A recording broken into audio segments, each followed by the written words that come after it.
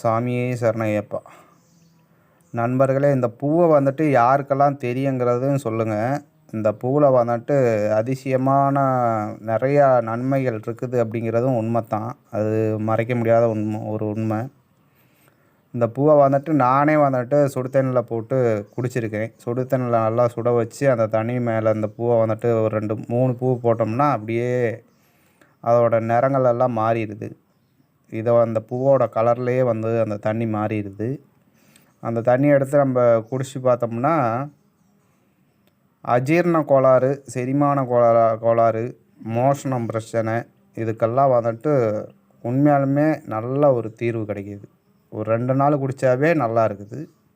அது மாதிரி நம்ம மூளைகள், இரத்த ஓட்டம், நரம்புகள்லாம் சீராகுது. அதில் எந்த ஒரு டவுட்டுமே கிடையாது.